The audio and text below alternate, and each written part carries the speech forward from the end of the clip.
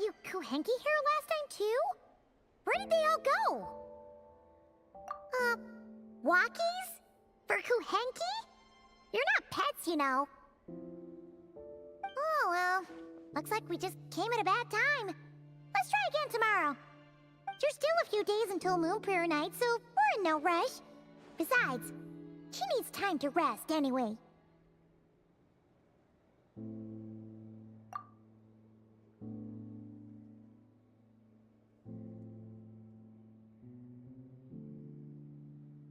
Kalamina! Are you back yet? Oh, how strange. Looks like she still isn't here. Right? It's not like her to spend so much time outside, especially since she's worried about attracting unwanted attention. What about Luonatar? Luonatar, you there? Hey! Do you know where Kalambina went? Sorry, didn't understand. But if you know where she is, could you take us to her?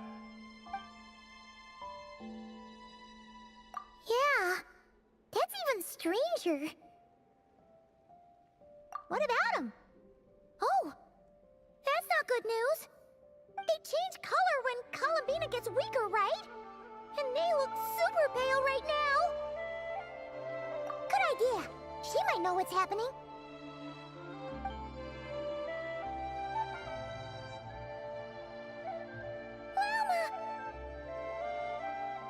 Ah, it's you. How is Kutar? Is she okay? No, she hasn't. I came here to check on her after I noticed the flowers had changed color. Based on past precedent, she must be very weak right now. Even getting up to walk would be a struggle. It seems unlikely that she wandered off outside. Not to mention that she doesn't do that at the best of times either. So yeah, this is super weird. No. Very few people are in the know about Kutar's whereabouts. And if anyone suspicious had visited, they'd have left some sort of evidence. Come on, let's go to Nasha Town. If anyone has seen her, someone there will know about it. It's Nod-Krai's information hub after all. Makes sense. Let's go!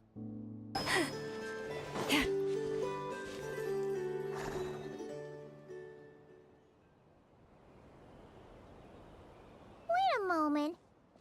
Is it just Paimon, or is this stall kind of suspicious? It's never been here before, right? No, I don't recognize it. Alas, your free and easy adventure time is over. Now, prepare to face the final boss of Nod-Krai. Whoa! Where'd that voice come from? Not sure, but it's definitely hostile. No, no, no, not that way. The final boss is right here. The sniffer mole? That's the final boss? Surely not. Also... Okay, the jig is up. I'll stop teasing you. Turn around. I'm right behind you. It seems I've managed to leave quite an indelible impression, even though you've never seen my face. Ah, nothing could make a great mage more pleased with herself.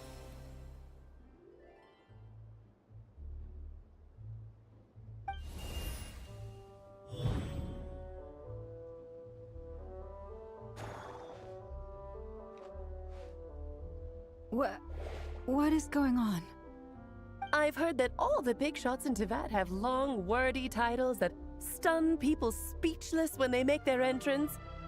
Unfortunately, none of them are affiliated with the Hexenzirkel, and we ourselves keep a very low profile. The notorious name-dropping doesn't quite work for us. Still, I, for one, think I'm really quite amazing. So that didn't stop me from coming up with a title anyway. Alice? It's really you this time? Not a lantern or a Dodoko, but Alice in the flesh? Oh, that's right. So, what do you think? How does it feel to finally meet me?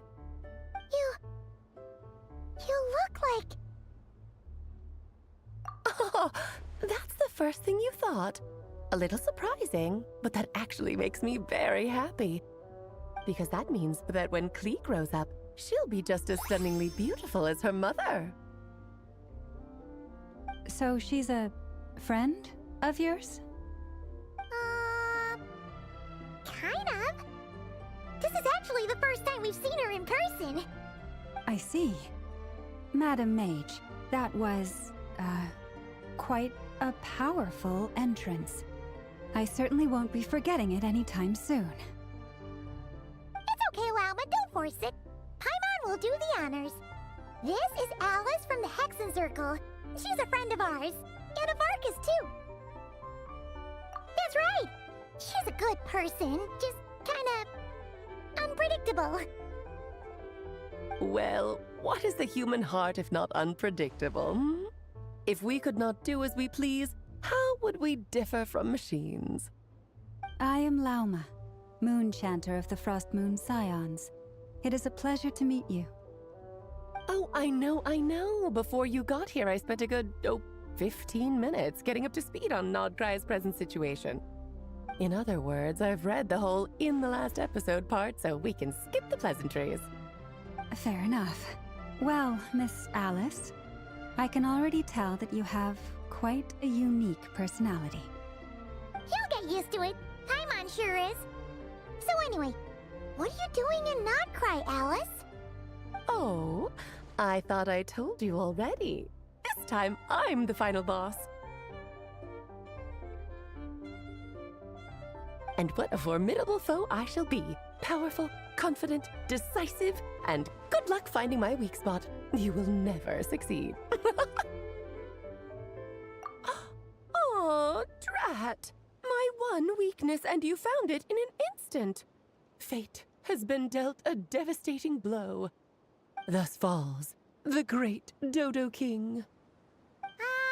Why are you playing along with this nonsense? For funsies, of course. What's wrong, Paimon? Are you disappointed in me? Am I a gigantic letdown? No, it's just... you seem like a busy lady. And this is the one time you've shown up in person. Paimon figured it would be for something more high stakes than just goofing around. You're quite right. I'm here in Nod-Krai because something big happened. Something big enough it caught the attention of the Hexen Circle. It concerns the 3 moons, Tevat's borders, and of course, the moon goddess you are currently searching for. Kind of. Why don't we discuss this over a pot of tea? My main reason for coming on this trip to Tevat was, of course, to have some fun. But I do technically have a job to do as well, namely, maintaining the stability of Tevat's borders. I'll skip over the complicated parts, but to sum it up, abyssal energies are all that lie beyond Tevat's border. We'd find ourselves in a real pickle if they ever made it through. And the phantoms you've been seeing are a sign that the border has been disturbed. No wonder they tend to show up around Moon Prayer Night. Is it because the real moon is now so close to us that its power can cross the border? In part, but only a negligible amount passes through. Just enough to influence the verdant crests and so on. And as you've noticed, there has been an unprecedented number of phantoms appearing this year. The influence of the moon beyond the border cannot explain this. No, there is another far greater factor at play. The trilunar syzygy. A trilunar syzygy. Eons ago, before the heavenly principles came to Tevat, it was the then 3 moon goddesses who controlled the laws of this world. Oh, that's exactly it! The 3 goddesses split these powers amongst themselves, promising never to consolidate them into one singular body. This was meant to keep the world stable. But, fast-forwarding to the present, the eternal moon's marrow is with you, while the iridescent moon's marrow, which should never have appeared in this world, has been retrieved. Add that to the presence of a moon goddess in the flesh and... the power of all 3 moons is gathered here in Nod-Krai. There hasn't been an event like this since the War of Funerary Flame. And it's having a noticeable effect on Tevat's borders. Because I wish to give my darling daughter a peaceful, sunny environment to grow up in. Is that a good enough reason? Kinda sounds like you're dodging the question, but it does make sense. Well, that's one reason anyway, and the most important one. The others are a little complicated to explain. For instance, cleaning up after dearest Miss R. Albedo could tell you more about that if you're curious, but right now, I have a more important question to ask you. Why are you collecting the moon marrows? I see. Nicole told me about that legend once. Nicole? You mean Mage Anne? Oh, so you remember.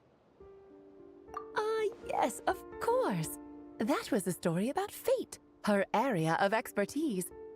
But back to the story of our dear moon goddess. I'm afraid her intended method of returning to the moon is unlikely to work anymore. What does that mean? She may be missing, but she hasn't gone anywhere. She has disappeared.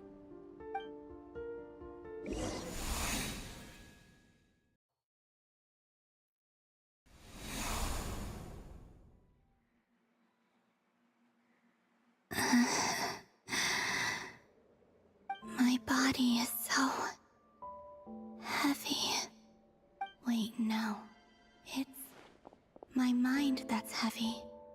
My arms and legs are as light as a feather. What's happening to me? I feel drowsy, like I've been asleep for too long. Is it daytime or nighttime? Is the moon out? I think I'll go for a walk.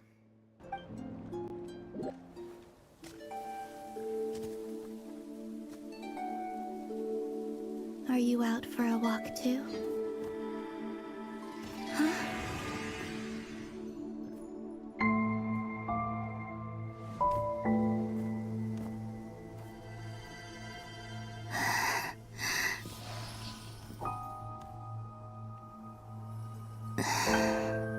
The day has come at last.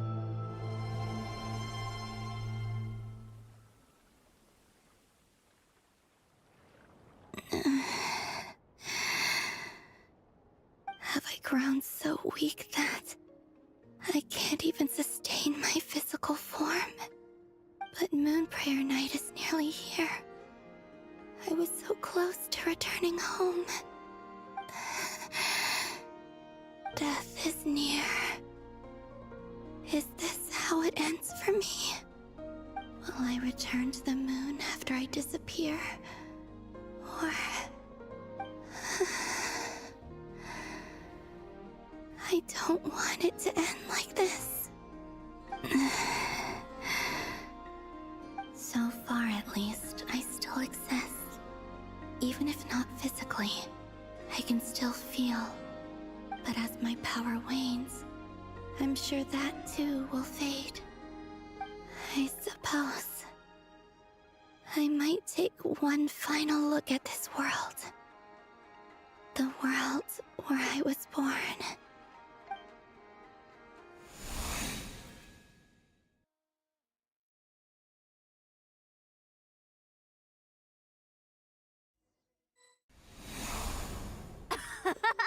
Come on! Come on! Wait for me! The Frost Moon Enclave. How much it has changed since I was born. These decorations, they're so heavy. It's times like this when you kind of wish men could be priestesses and acolytes. How fascinating. I've never had the chance to be privy to people's private lives in this way. In the past, people would get so solemn and serious the moment I showed my face. Like they were frozen stiff. Karina, Lametti, it's time to eat. Coming. I want to watch them a little longer.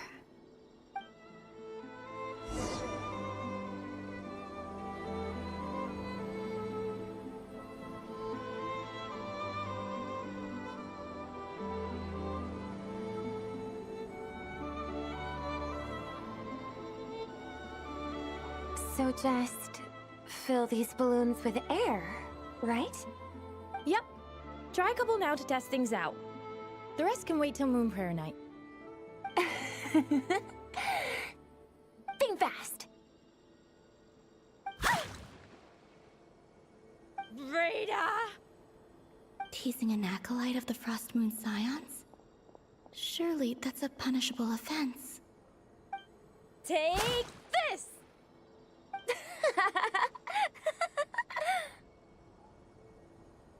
Huh? All right, enough horsing around. Lady Lauma gave us a task. We should get back to it. The task is just to check that the balloons don't leak, right? Doesn't matter if we fill them with air or water. Yeah. Okay, you got me there. And you got me there. But still, we can't use all the balloons before the festival even starts. We won't use all of them. And as long as Lady Lauma's trusted acolyte doesn't snitch, this can stay as a little secret between friends. A couple more can't do any harm, right? Oh, you menace. Then, think fast! Is pumping a balloon full of water really so much fun?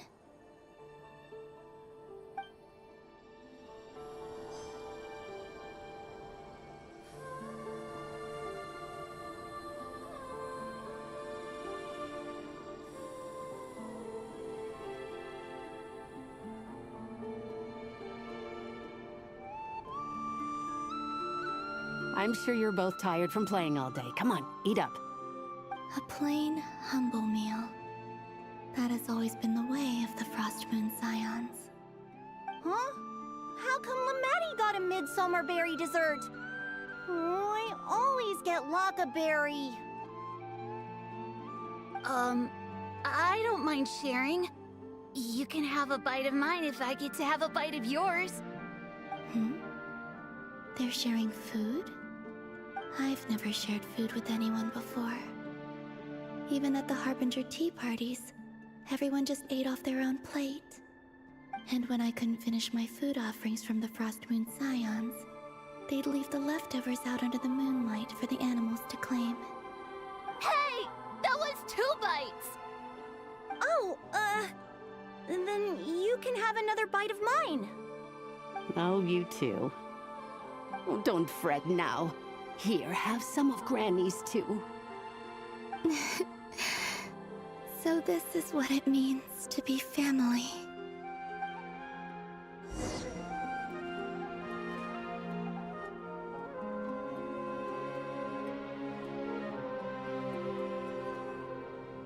I'm seeing so much that I'd never usually get to see. They'd never act like this when I was around. It's nice, being able to just watch people in peace in these final moments. What a rare opportunity. I think I'll go take a look around Nasha Town, too. Maybe the Traveler will be there.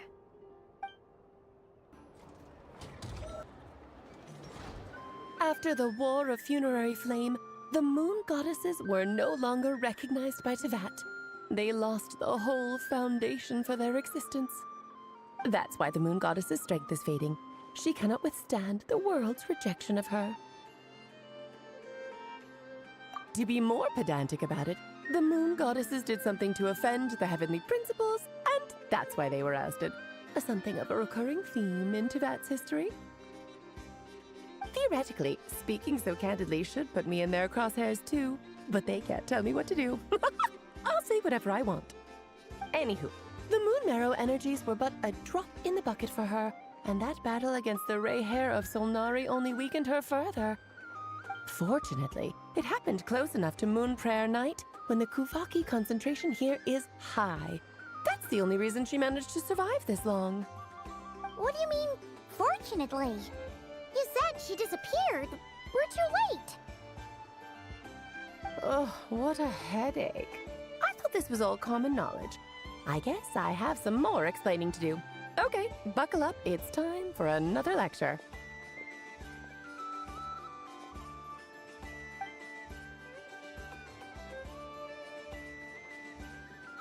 Now, I said earlier that the moon goddesses lost the foundation for their existence.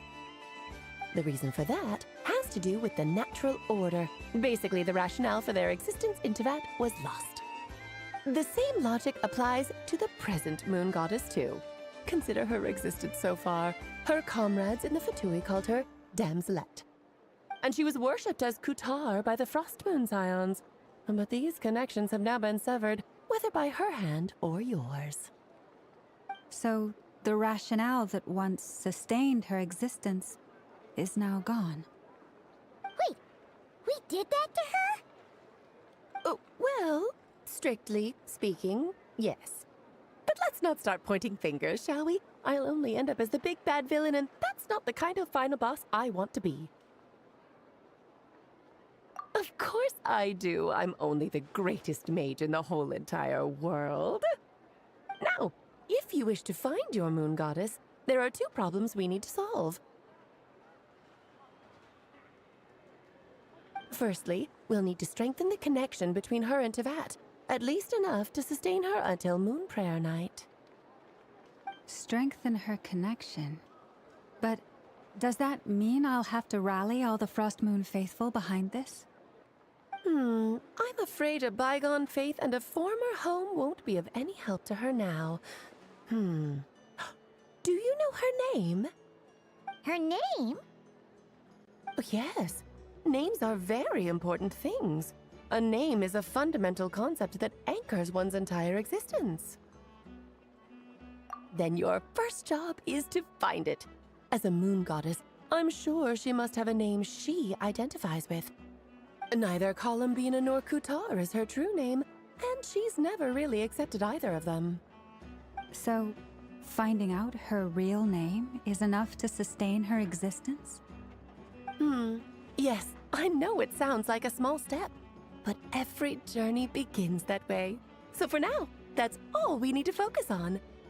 The second problem is with her plan to use the moon marrows to return to the moon. Unfortunately, piercing through the false sky will take an enormous amount of power. Given her current condition, she won't be able to provide anywhere near enough power, even if she recovers her physical form. But no need to fret. Nicole's the expert in this field, and I'm sure she'll figure something out. Wait, Mage N is going to help us out too? That means we've got 2 Hexacircle mages on the case. This is turning into a pretty big deal. Actually, this is more of a side quest for me. Like you said, I'm a busy lady, so I can't stay for too long. I'll have to return to Tevat's border soon. That's the upside you get for looking out for my little Klee. Hopefully that will incentivize you to carry on keeping her company in the future.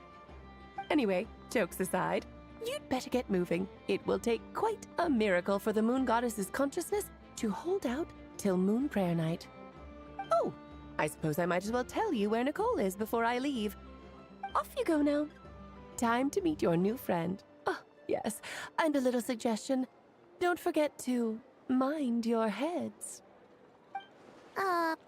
What? I wonder how Duran's doing. I should really go see him before I head back. You really are super busy.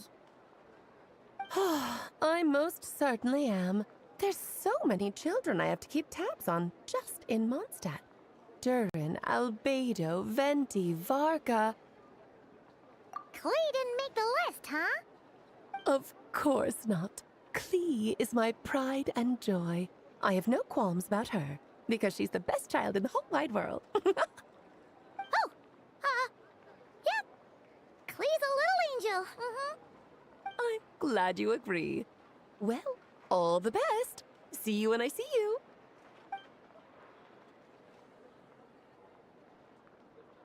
She left in a hurry. Yeah, she didn't pack up her stall. Should we handle it for her? I must say, I'm now very curious about her daughter. Klee, wasn't it? What's she like? That's a long story. Come on, we'll fill you in as we go.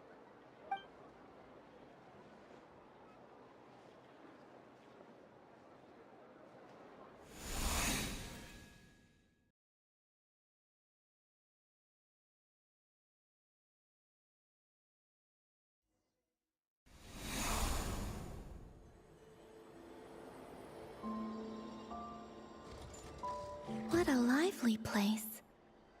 I've never experienced Nasha Town like this before. Hey, you old geezer! Your hammer's rusted through! Who are you calling old geezer? Are they quarreling? I'm looking right at him! You've really gone downhill since giving your daughter free rein in the workshop. Can you even swing a hammer anymore? It shouldn't take you days just to fix a single chair! You might as well use that hammer to massage my back for all the good it's doing. Don't run your mouth, or you'll get a back massage that'll put you in bed for the rest of your life. Look, the materials haven't arrived yet, all right? You know how busy it gets in the days before Moon Prayer Night. I'll bet you send all the materials to your little princess. Blood's always thicker than water, huh? All right, you've made your point, Uncle Kusky. As soon as the materials arrive, fixing your chair will be the #1 priority. And Dad, if you've got time to chat, why don't you lend me a hand, See? Lolka knows what the score is. I guess they're friends. But the way they spoke to each other was so ugly. Then again, it wouldn't be the first time I've seen something like this.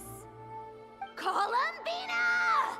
Sing outside my door in the middle of the night one more time, and I'll unscrew your vocal cords. You hear me?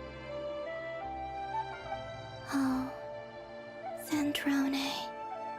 So that was her way of trying to be friends with me. What a pity. I won't get the chance to say any ugly things in reply. Hey, have you decided what to give her for Moon Prayer Night? I sure have. She's gonna get the surprise of her life when she's least expecting it. Then I'll whip out the ring and pop the question. The surprise of her life. What a fun turn of phrase. Cool, I get the picture. You can spare me the gushy details. Ooh, looks like we have a customer. Hello there, ma'am. Would you like some Moon Prayer Night candy? Huh? Is he talking to me? Can he see me? Here you go.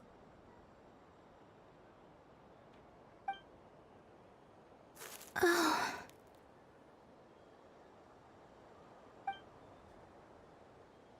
Come back anytime. Right. Now, where were we? I don't know why, but I still held out hope.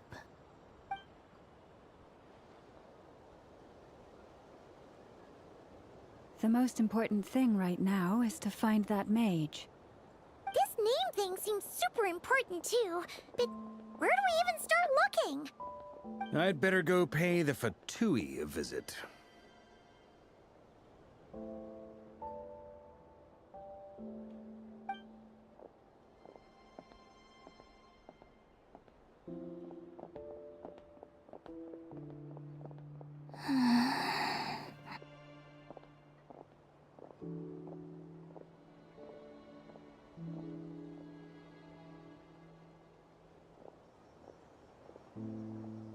Columbina?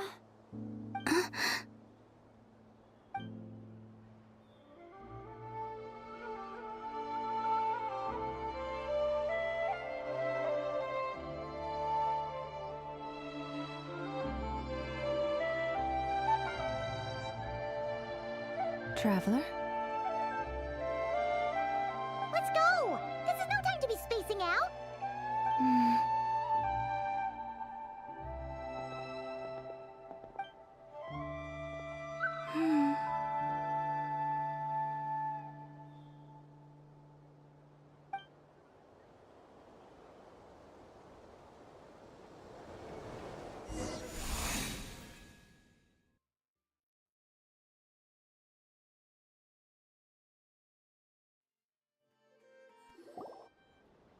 Where are they going?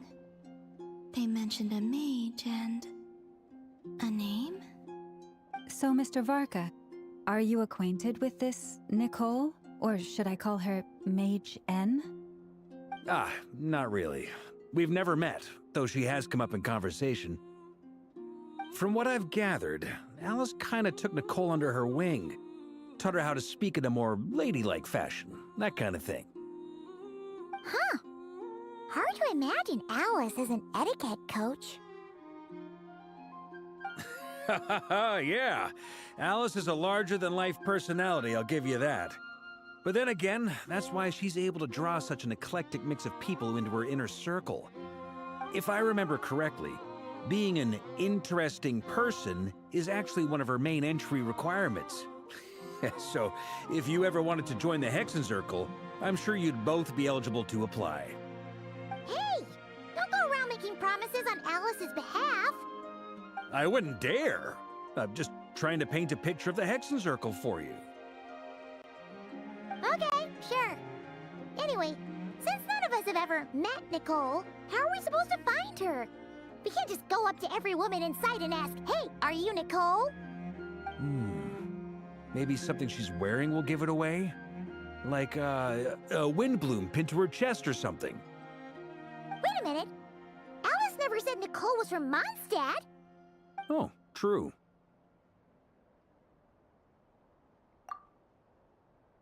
That would be...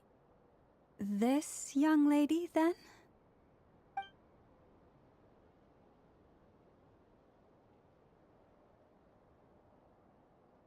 Hey there!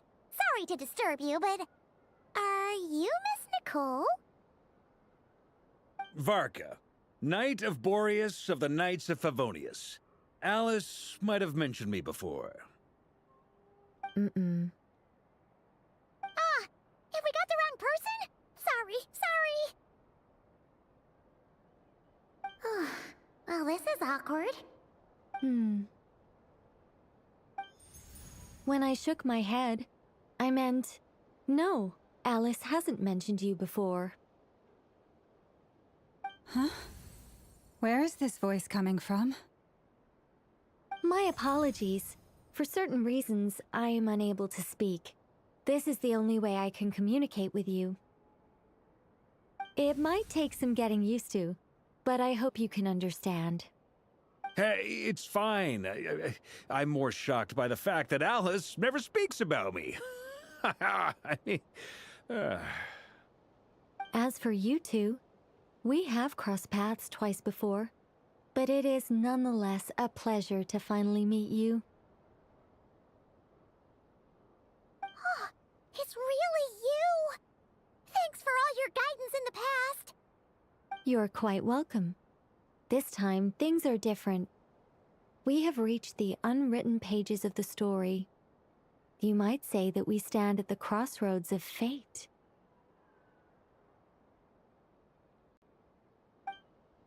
Now then, allow me to formally introduce myself.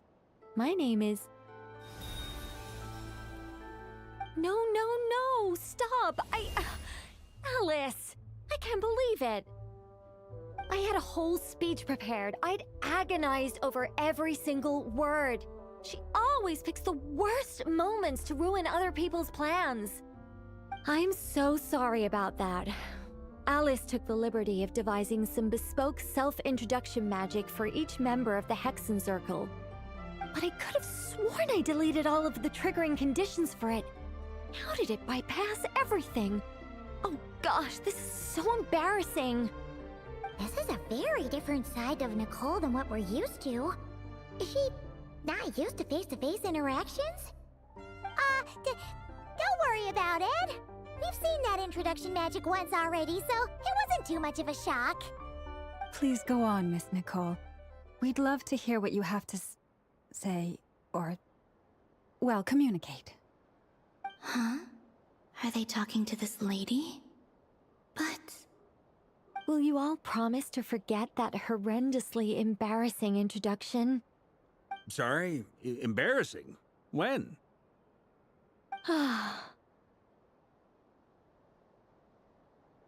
Yes, my name is Nicole, and I am one of a very few angels who have retained both their preferred form and their power. The Traveler and Paimon should be no strangers to this concept. There is another of our kind in Natlan. They call her the Lord of the Night. Right! Paimon remembers her. Yes. Well, I have retained more of my power than she. It's because I don't have a long-term duty to fulfill. To be more specific, no. We'll be here all day if I get into the specifics. Moving on. If I'm not mistaken, you are here because you wish to learn how one might reach the moon beyond the sky. That's right. Is that something you can give us any guidance on? Yes, I do know a way. It began with the Hyperboreans, who lived after the War of Funerary Flame. Blank looks. Maybe I should start with the background of the war. Or maybe not. It shouldn't be an issue. I'll fill in the gaps for you when we have more time. Anyway, after that war ended, the three moons retreated to beyond the false sky. The Hyperboreans were humans I once aided.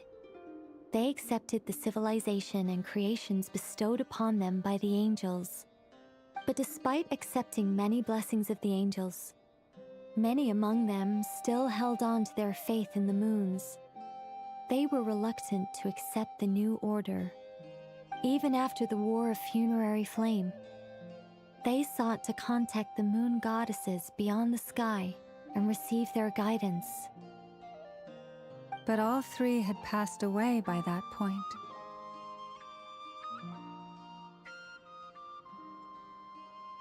This mage has a unique method of communicating. Is she talking about the moons? Yes, but they did not know. And so, still they prayed for the moon goddess's mercy.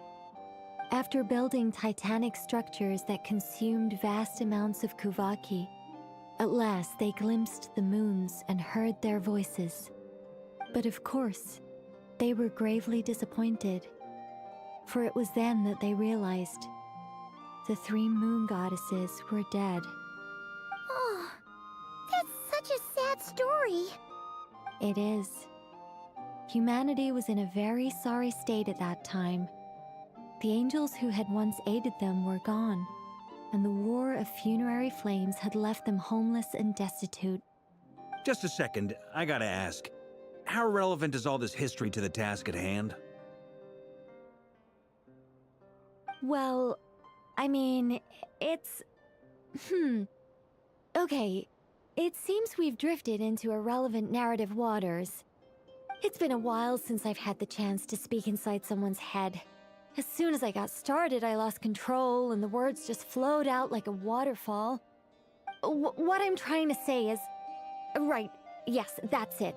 The relevant part is the ritual created by the Hyperboreans. The fact that they bypassed the false sky and saw the true moons implies that they successfully built a connection between Tevat and the outside world. Which means, with enough Kuvaki and a sufficiently stable connection, it should be feasible to send one person over the border. Okay, so they built some kind of portal? Oh, yes. A portal. Yes. Is something wrong? You sound disappointed. I just didn't expect you to summarize it so well. It turns out I could have said all that in one word, If only I'd managed to think of it. No, please, it's fine. This is invaluable knowledge. I'll be sure to record and preserve everything in writing. Oh, really? Well, in that case, I suppose I could backtrack and add some more detail. I did gloss over a few things so far. Whoa, whoa, whoa, time out. Let's summarize what we've got first. The Hyperboreans were the last ones to use this method, right? So we somehow need to find whatever structure they built and make sure there's enough Kuvaki to power it up. Luckily, we have the moon marrow of both the eternal and iridescent moons, so we're all good for Kuvaki. Which means the key issue we need to focus on is finding the place. Am I right so far? Yes. Although, I expect the structure is long gone by now. That said, what if we could take advantage of the phantoms to travel back to a time when it still existed? Well, travel back isn't quite accurate. It's more like we'd be creating a handshake between 2 points in space-time. We wouldn't even have to pick a time when it still existed.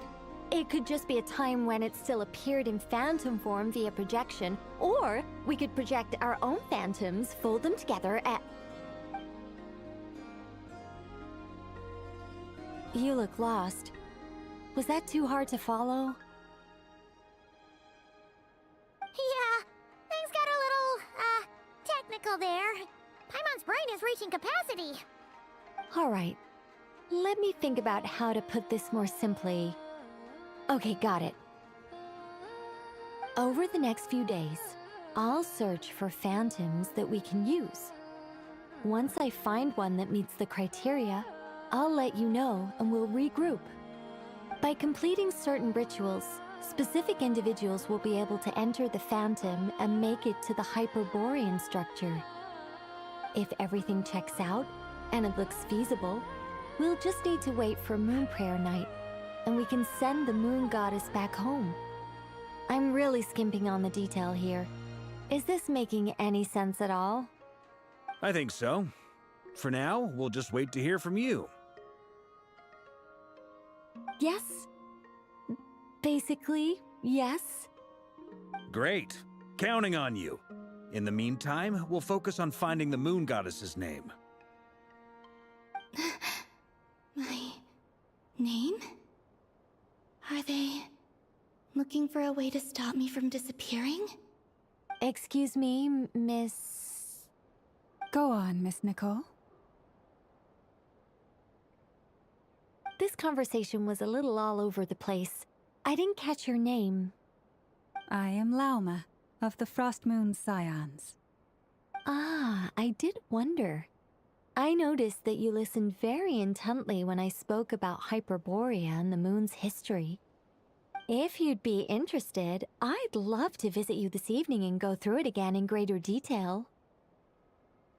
Also, if you were serious about making a record, it would be too risky to simply write down the raw details as is. I would suggest some tweaks. Maybe rewrite the stories as fairy tales or fables, perhaps even prayers. Anyway, we can cross that bridge when we come to it. So, see you later then? Oh, and no need to prepare anything. Just a cup of tea will do. See ya! She seems friendly. It's just... It's so nice to find someone who's actually willing to listen. I've been dying for a chance to finally go through all this systematically from start to finish. Any longer and I'd probably start forgetting it. Now Paimon gets why Alice told us to mind our heads.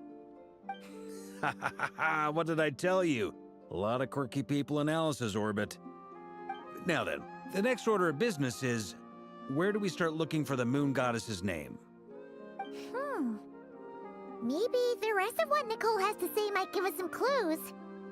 Once I've heard her out, I'll summarize the salient points and share them with you all.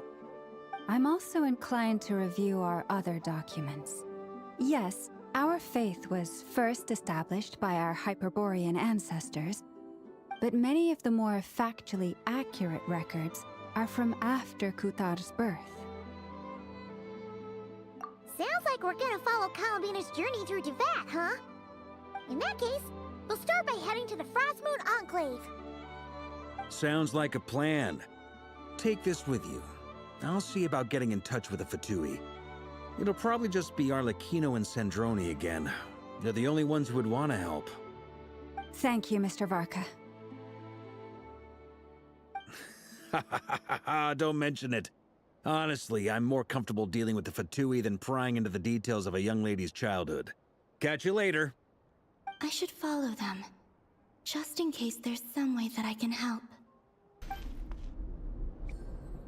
A while ago, I took the time to organize all documents in our possession that pertain to Kutar. What you see here is the material I consider reliable. You're saying there's unreliable material too? Yes. Most of the information we have was transmitted through an oral tradition. Inevitably, some of her stories were mythologized and deified over the years through countless retellings. That's why I organized them into reliable and unreliable. There's no sense seeking answers in history unless we can ensure the veracity of the historical record. Makes sense. All right, let's take a look through.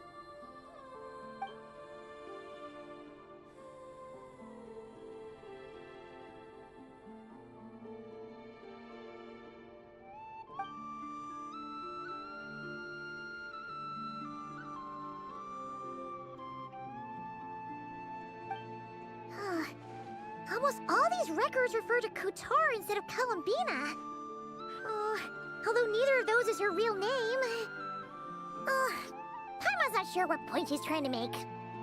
What we can gather from these records is that the Frost Moon Scions worshipped her as a god, placing impossible expectations upon her. I cannot fault them for their earnest faith, but for all their devotion, worshipping her day in, day out changed nothing.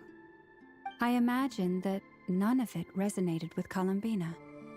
It wouldn't surprise me if, even back then, she had already begun to reject the name Kutar and everything it represented. Lama speaks the truth. When I heard them call upon Kutar with hope and expectation in their voices, they may as well have been calling upon somebody else.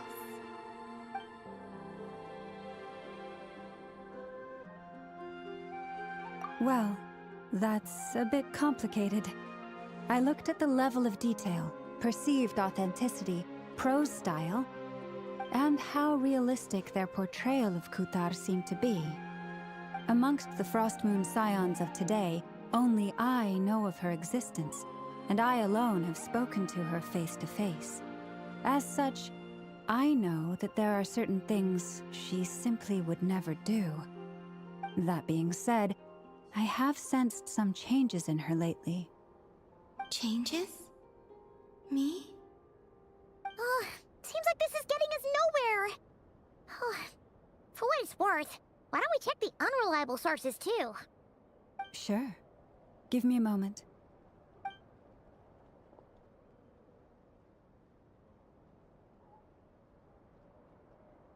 Exerting but a fraction of her divine might, Kutar sheared a great mass from the snow-capped mountain and cast it into the sea, upon whose surface shone the mirror image of the moon. Thus was formed the island of Hisi. Yeah, right. That doesn't even begin to pass the sniff test. The 3 moons are not but lies through and through. Only one moon has ever shone for us, and Kutar is her name. The vast majority of ancient texts are filled with fanciful tales like these. I trust you understand my criteria a little better now. Kutar did not speak, merely gazing into the distance in silence. And where her gaze landed, this was her prophecy. Clearly, whoever wrote this text never even met Kutar. Otherwise, they'd know that her eyes are always closed. What about you, Traveler? What are you reading? Come on, let Paimon see. The child wished to build a wooden nest with which to shield a fledgling bird from the cold. But being so young and lacking in strength, the child could not snap the branches from the trees. Kutar was passing by. Upon seeing the child, she summoned forth the Kuhenki, who built a beautiful nest for the child. I remember that. Not knowing the meaning of Kutar's divine intervention, the child dared not to respond, and thus ran home to call their parents. But Kutar was gone. The Moon Chanter declared the event a miracle and took the nest as a relic, placing it on high for all to see. The child was named as one favored by the goddess and was greatly respected amongst the people. Yet, no further miracles were bestowed, and this matter was forgotten in but a few years. Huh. Any thoughts after reading that? Yeah. Columbina probably just wanted to join the kid in making nests. Ah. I'd originally considered this a fabrication, because Kutar did not perform any similar actions in subsequent records. But now that I think about it, it does seem like something Columbina would do. It's just that... She didn't know how other people would interpret her actions. She was probably worried about making things difficult for people. And so, she gradually stopped joining in. Yes. Oh, that's so sad.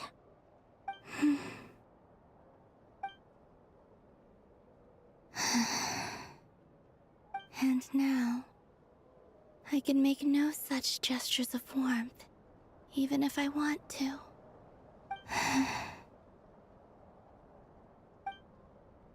Still no name.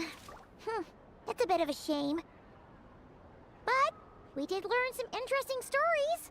That's gotta count for something. Varka said he was gonna set up a meeting with Arlecchino and Centrone, right? Let's go back to Nasha Town and see how he's doing. Let's see. There's Varka. Oh, and it's Durin and Albedo too. Yeah, this is pretty much the same place we bumped into each other last time. I convinced them to stick around a little longer. We were all waiting on people, so I figured having a little company would help pass the time. Ah, so you've been waiting for us? Does this mean that you've already arranged things with the Fatui? Sure does. Now you're back, we can go meet up with them together. How'd your investigation at the Frost Moon Enclave go? Well, we didn't find out Columbina's true name. But apart from that, it went pretty well. Aha, just as well that I didn't tag along then. I'm sure our moon goddess wouldn't want every man and his dog knowing all about her private life. Still, desperate times, desperate measures, I guess. Someone had to do it. So, Varka was waiting on us, but what about you two? Are you waiting for Alice? Oh, no. We already met with her. We discussed that experiment I mentioned to you last time. Oh, and she also handed me this communication device. That's right. I understand she informed you about the relationship between the phantom phenomena and Tevat's borders, yes? She wants me to help her with some more experiments on that front. She said that she'll contact me through this device with more information. Ah, I see. Following instructions and making observations. Pretty common research method. Takes me right back to Albedo's lab. Wait, then who exactly are you meeting? Someone you know. Albedo's met him too.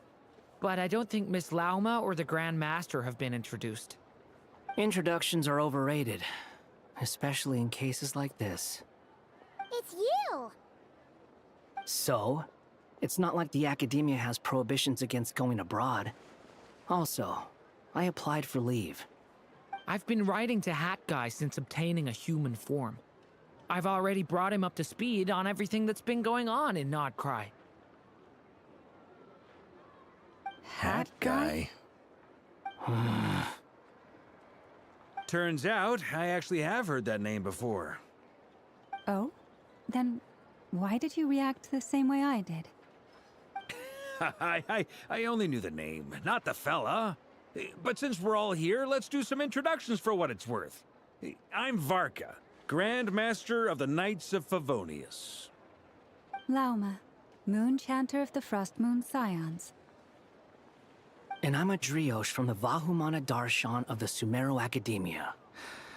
Hat guy. Good to see you again, Mr. Guy. I believe we last saw each other on the boat ride here.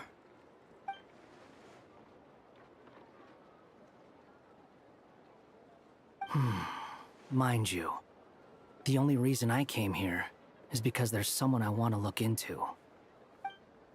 Who's that? The Doctor, also known as Dottore, second of the Fatui Harbingers.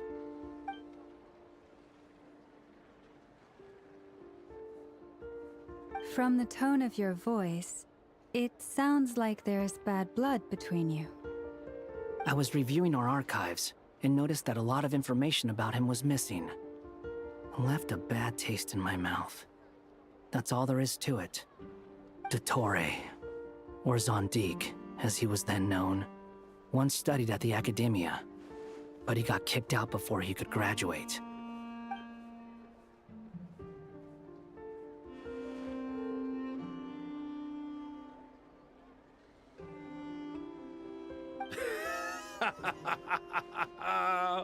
So the Harbinger's #2 man is a college dropout? How embarrassing for them. Last we heard, he was planning something.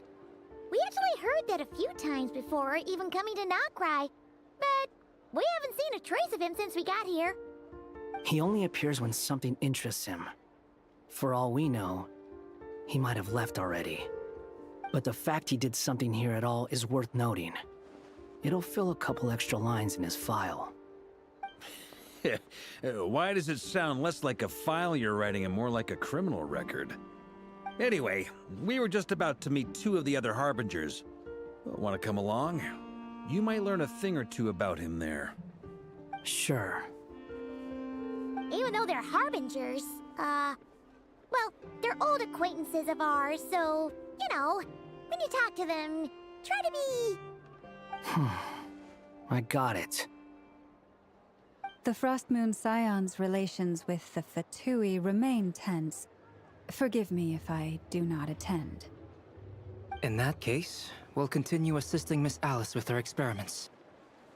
Good stuff. Everyone's having a fruitful time. All right, we better get going. I'll lead the way.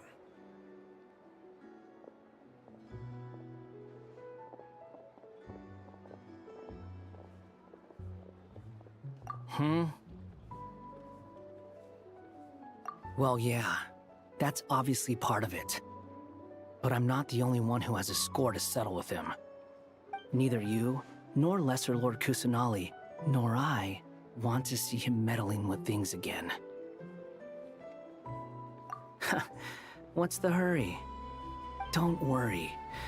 Pigeons always know which way home is.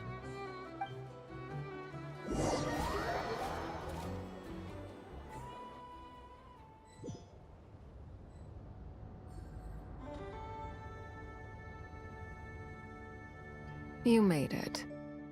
Who is this? A scholar from Sumeru. They call him Hat Guy. He's an old friend of the Travelers.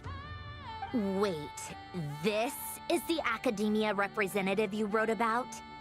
He doesn't exactly look the part. I believe this will prove my identity. You'll notice it bears the seal of the Sanctuary of Surasthana. Well, what do you know? So it does. All right then. My mistake. It's fine. I expected as much. What? So as I mentioned in my letter, the Academia's got its eyes on Dottore. But this matter remains top secret. Apart from those assisting in the investigation, the fewer people who know, the better. If anyone asks, I'm here in Nod-Krai to pursue my personal academic interests. Gotta say, Varka, you did pretty well to keep all this under wraps for so long. Sounds like you got in touch with the academia about this way back. you flatter me. Where do I even start? Remember that time we fought Rerir at Star Sand Shoal? He sure let me have it then, didn't he? I'll bet Dottore had that all sketched out, with me as his convenient little pawn. He could not care less about us if he tried, but hey! The feeling's mutual. Does Dottore really strike you as the sort who values his relationships with his colleagues? Fair point. Definitely not. Which is why I always keep my guard up whenever he starts making suspicious moves. To that extent, our motivations align. On top of which, I consider you trustworthy people. Now, back on topic. In the wake of the Reikir of Solnari episode, Sandrone and I grew suspicious about Dottore's complete inaction during the entire affair. So we tried to find out what he'd been up to, but unfortunately to no avail. He never lets anyone in on his plans. The more he cares about something, the more secretive he gets. Indeed. Perhaps he believes that by keeping a low profile, he can avoid trouble. But that trick isn't going to work on his colleagues. Yeah, I mean, he's been researching the ancient moon's remnants. And he's been trying to get his paws on the moon marrows. Only an idiot would believe he doesn't have something more planned. With this in mind, I returned to Snezhnaya and relayed my thoughts to Her Majesty the Tsaritsa, entreating her to have him recalled. That's pretty direct. Did the Tsaritsa agree? Yes. I made it abundantly clear that the Fatui's business in Nod-Krai is almost concluded, and we do not need 3 harbingers in this territory. Her Majesty concurred. Accordingly, Dottore has returned at her orders. I imagine he is continuing with experiments, which no one besides he would ever have any interest in. Common sense might mean nothing to him, but he's not stupid. He knows that no good can come from opposing the Tsaritsa.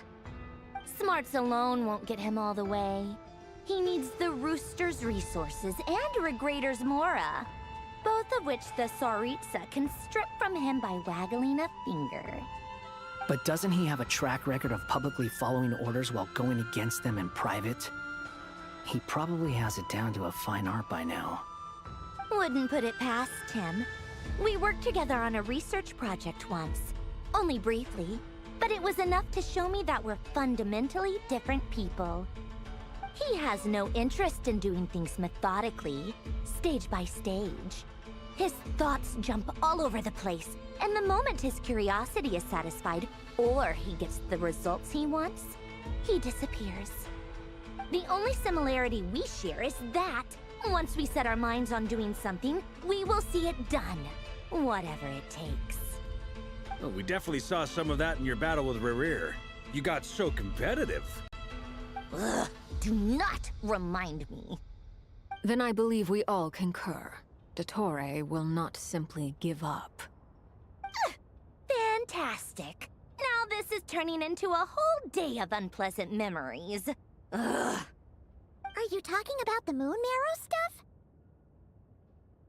He also strikes me as the kind of person to disregard experimental regulations, ruin all the equipment, and go way over budget. Then leave the first person he can find to deal with the fallout. Exactly. This one time, he was running some high-temperature experiment and the substance exploded. But does he care? No. He orders his subordinates to open the device so he can observe the results, which causes the gas inside to leak out. That gas was poisonous! If I hadn't been there, who knows how many people might have died? And after all that, he left, while I was still cleaning up after his mess.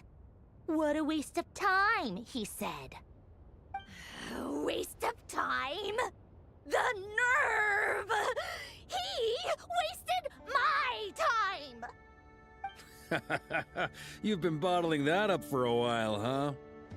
Hat guy, I must say, you seem awfully familiar with internal Fatui affairs. Especially when it comes to Dottore.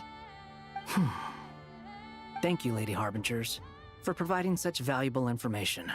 I have no other questions for now, so I'll be on my way. Wait, what? You're just gonna leave? You're welcome to join if you want. Ugh. Just when Paimon thought he'd finally mellowed out.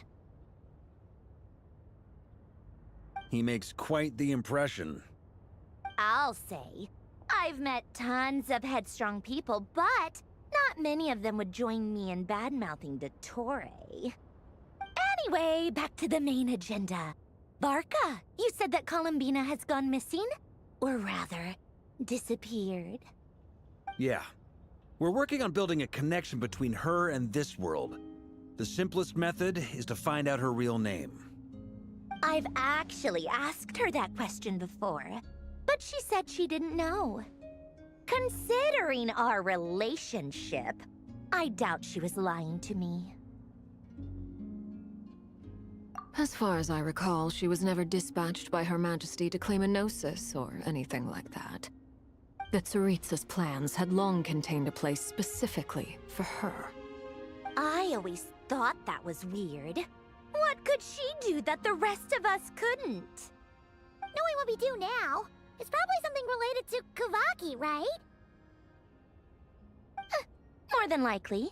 When she first arrived, Columbina would often go to Her Majesty and ask when she could start the task assigned to her. But Her Majesty always gave the same reply. The time has not yet come. So she spent her days in Snezhnaya doing basically nothing. The Tsaritsa has summoned a beautiful blind maiden to be a harbinger, giving her the third seat by virtue only of her enchanting voice. It was a dumb and stupid rumor, but the reality of the situation made it hard to refute. And what happened after that? I imagine she stopped caring. She no longer seemed to care why she had been recruited, and Her Majesty never gave her any missions, so she just continued to sing in the flower garden. For my part, I was busy. So busy, in fact, that watching someone be that idol had me fuming. But still, I got the sense that she had long been used to a life of other people claiming she was needed when she wasn't. I just felt that having a place to stay would cost me something eventually. And so I waited quietly for the day that I would have to pay the price. And on the other end of that spectrum, you had me. Someone once told me that I had the lousiest work and the toughest luck. That's a good way of putting it. I forget who said it, but those words have always stuck with me.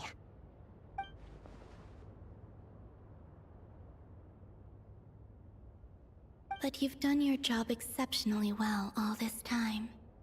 Because at heart, you are a conscientious person. What is it? Something come to mind?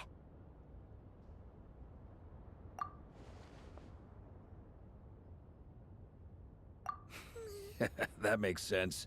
Nothing screams you are needed like your name shouted from across the town. Well, good luck with it. But if you ask me, Columbina is still the most shoutable name. I'm just so used to it now, after all the arguments we've had. I can't be bothered trying to remember another name for her. Nor I. Sandrone. Harlequino.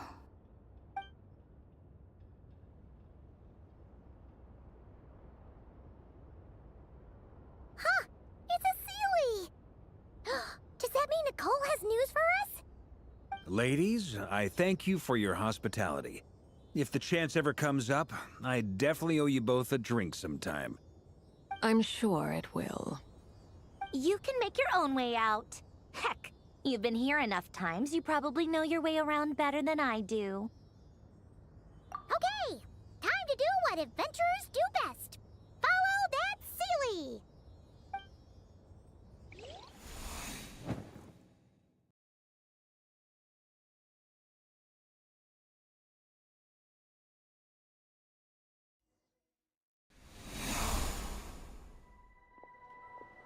here you are.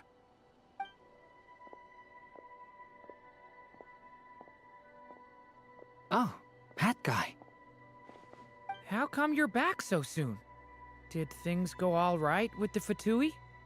Fine. Dotori's been summoned home by the Tsaritsa. Couldn't get much more than that. How about you? Any progress with the investigation? Unfortunately not. We've tried everything. Different phantoms, different locations, different points in history. But the results are the same each time. Abyssal monsters roaming the land. People crying out in despair, with no hope of being rescued. Every time I see it, I can't help but think, is this what it was like in Mondstadt when Dragonspine Durin attacked? And if I fail in the task I've been given, will I create yet another tragedy? That's just meaningless speculation. When we encountered similar phenomena previously, I tried to interfere with those illusions, using sounds and lights to guide them. However, we could not change their fates. At most, we were able to extend their existences. The events of the past are like fate that has been written into Irminsul. There isn't a living thing in Teyvat that can escape its past. But Miss Alice instructed us to try to find ways to change the outcome that these phantoms face. It's an impossible task. Can't you just refuse? Since she asked us to do this, I feel like it can't truly be impossible. Or if it is, well, mages can make the impossible possible. I could not have been born as Durin otherwise. But you also said that your past 39 attempts were fruitless.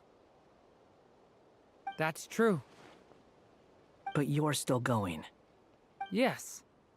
After this many futile attempts, surely you realize that you're not doing this because you still believe what some mage told you.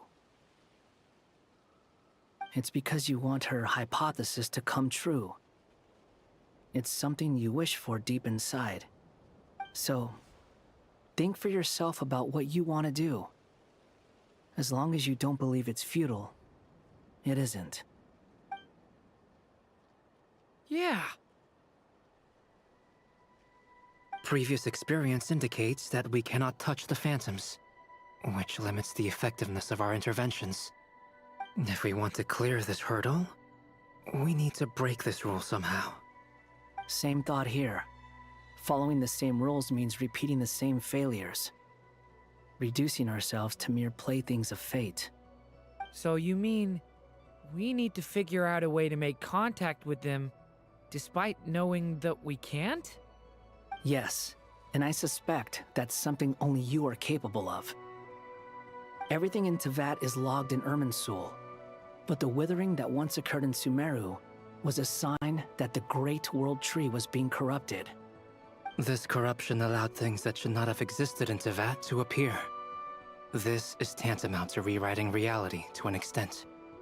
You're saying abyssal power might be able to affect those phantoms? No one's ever tried it before. If you're gonna try it, it'll take courage. And you have to be confident that you can control it. Is anyone there? Has anyone seen my daughter? She's missing. I have to find her. I hear someone inside. Spargana? Are you in there?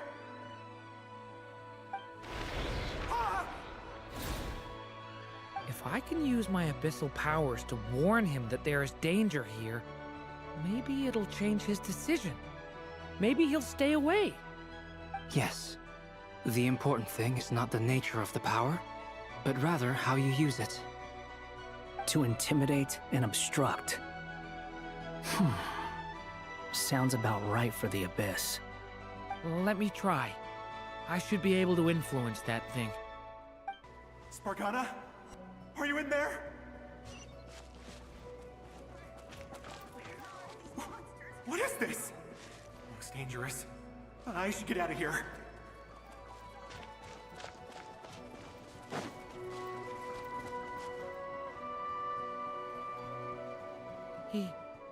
He really left. Ha! We did it! Don't celebrate too soon. Follow him. See what he does next. Monsters approaching from the front. You need to stop them and create an opportunity for him to hide.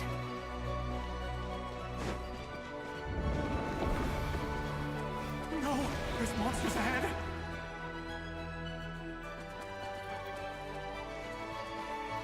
Wait, is that the barrier I saw earlier? Why is it appearing now? It's as if someone's controlling it.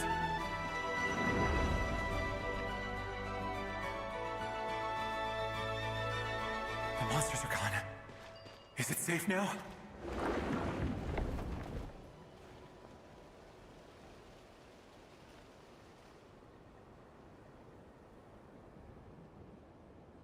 The barrier's gone too. How odd. Anyway, I guess I'll keep going. Quickly, let's keep up.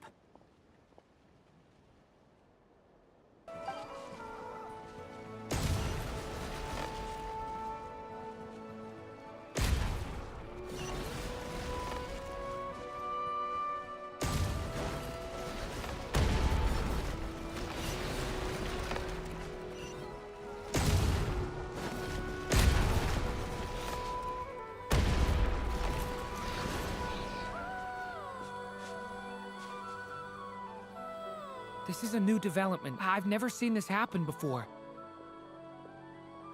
We might just be able to save this person.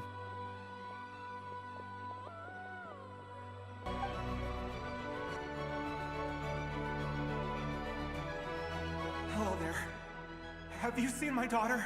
Spargana's her name. She's carrying a large backpack. Get out while you still can, you fool. You won't find any survivors here. But I can't just leave her here. She must be so scared right now. Sorry. Wish I could help, but I haven't seen her. You'll just have to keep looking. Okay, thank you. If I do find her, I'll get her to shelter and come back for you. Don't bother. I've got nowhere left to go.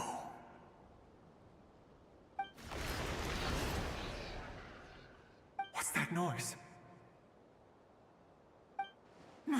Monster!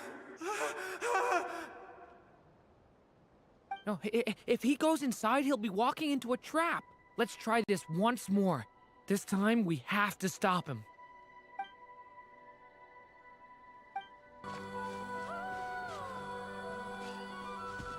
What? Hey! Let us out!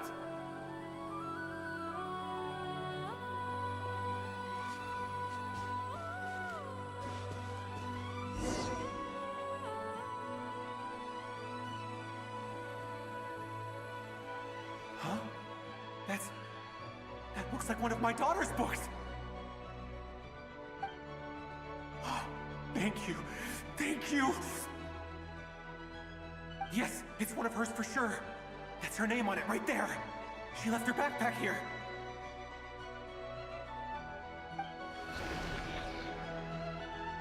Durin, just like last time. Use the explosives.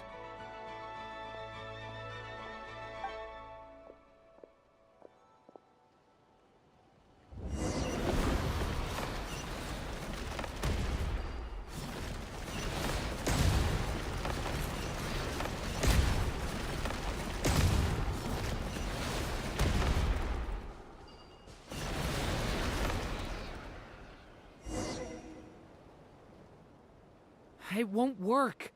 There's not enough left. If he makes it in, he'll die. But then, this clue could be the key to him finding his daughter. It might not be the only one. Better he misses that clue than loses his life. I guess so. Stop him, Durin.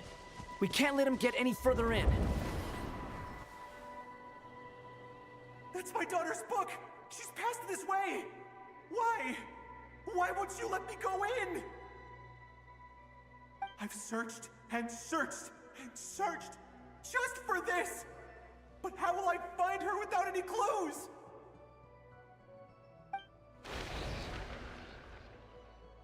I no longer have anywhere else to go.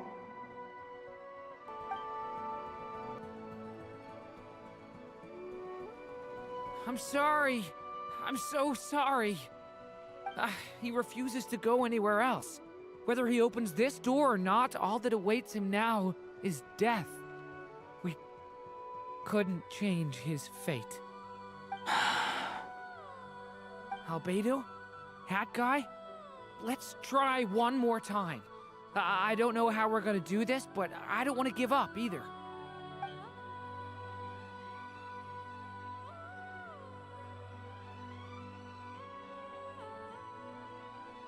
Why am I here? What's going on? All these scenes running through my head. Where are they from? Huh? What's going on? His reactions have changed. How many times have I... What's happening to me? Huh? Wait, who are you? You can see us now? I feel like I always could, but that I only just realized you were there. I'm sorry, I don't know how to describe what I'm feeling. But you were the ones guiding me using that marked barrier, right? I haven't done anything yet, but those monsters, those deaths, they feel like memories. Like things I really did experience. I won't find my daughter. In fact, I'll ultimately die trying to find her. Isn't that right? Well, no, it isn't. Yes, it is. Even so, we're trying to find a way out of this. You've not seen my daughter either, have you? It seems she really isn't here.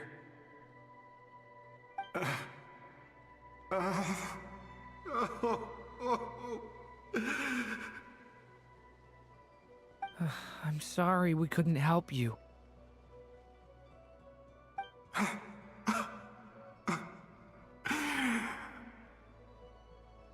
I'm just tired.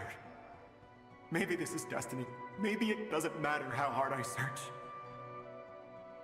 How long do I have left?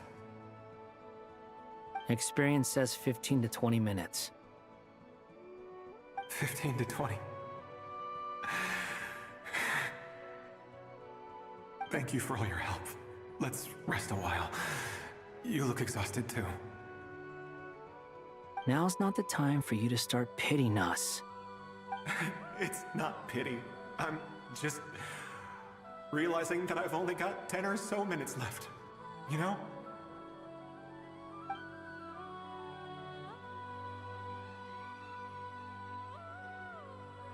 You say you're from Mondstadt, yes? A place with windmills, where people enjoy limitless freedom? And you're from Sumeru, where they've built an academy into a giant tree? Yes. It seems you've never heard of either place. Those names are unknown to me, I'm afraid, yes. Have you heard of Hyperborea? I have, but I heard that it was destroyed in the distant past. I see. That was where my ancestors once lived. What about Delphi Pytho? Was it later rebuilt? I've never heard that name. Then what about Salvindagnir? I have seen that name on stone tablets on Dragonspine. But I'm afraid the only things left of that place are its ruins. I see. Sure enough, there was no way to turn this around, huh? I'm sorry. I was the one who asked to chat, but it seems like we're too many ages apart. There's barely any common ground to start from. It's all right. We did hear something new, at least. From how you speak of your lives, Things must be going all right for you, I guess. They are. Mondstadt is a place of freedom and happiness. There's a lot of good people in the church and the Knights of Favonius, and even outsiders find that it's an easy place to feel at home. We have festivals a few times a year. Everyone gets together to drink, sing, and be merry. Sumeru is a lot more uptight. Not really the kind of place where you can relax. It's a nation fraught with problems wherever you look. But if all you want in life is to seek knowledge, I guess it's pretty much paradise. That's wonderful. In other words, after this all-devouring black tide passed, humanity did not merely avoid extinction, but rose to build prosperous civilizations anew. I mean, I can see you all right now. That must mean the future isn't a total mess, right? That's true. Well, time's almost up. Let's part ways, I think. Might be best if you don't waste too much time on me. The chances are slim, I know, but I'd like to spend these last few minutes looking for Spargana. If things work out, I'd love to tell her about what I've heard. May we meet again. Well, or not, most probably. In that case, may your wishes come true.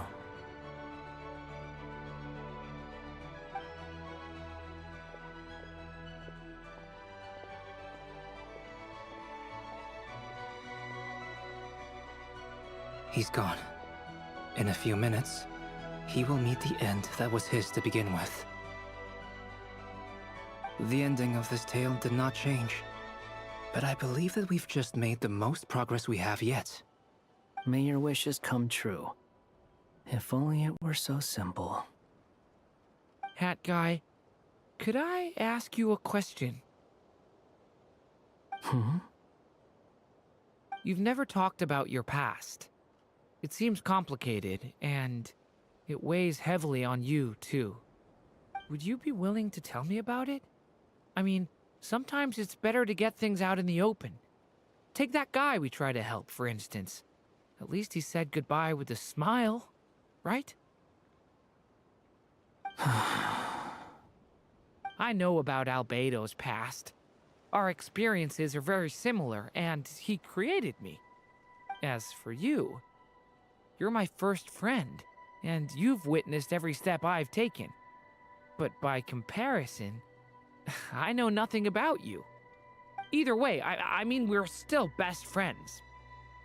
But if I knew more about you, I might understand your thoughts a bit better.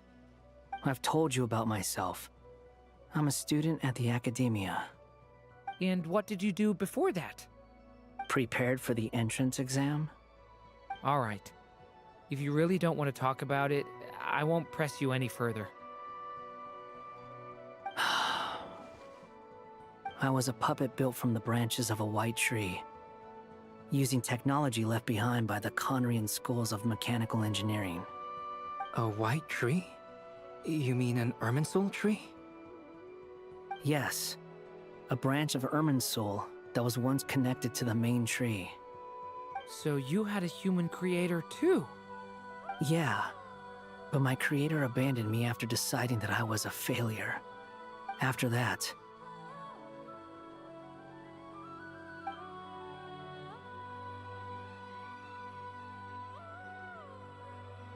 Durin. Resisting the influence of the Abyss, suppressing the urge to destroy, trying to do the right thing. None of these things are easy. But no matter how hard they are, trying to rewrite past wrongs is far harder. You asked me if you would create a new tragedy if you failed. I told you there was no point speculating about that. But the real answer is, yes, you absolutely will. That guy. But at least you've got people here to help steer you away from the wrong path. So, just keep aiming towards the light. I will. I promise. All right, break time's over. Hello? Durin speaking. Hello, friends, it's me! What have you been up to, I'm detecting some unmistakable fluctuations here at the border. The amplitude isn't particularly high, but they're completely different signals from the ones before, and the scale is comparable to those I've detected previously. Alice, we were unable to save that person. However, he appears to have retained a portion of the memories gained through that cycle, and was able to hold a conversation with us. I see. Well, that is rather odd indeed. It definitely merits further attention. Could I trouble you to keep trying the same approach? I need to gather some more data. Counting on you. I should probably have Nicole come and check this out as well.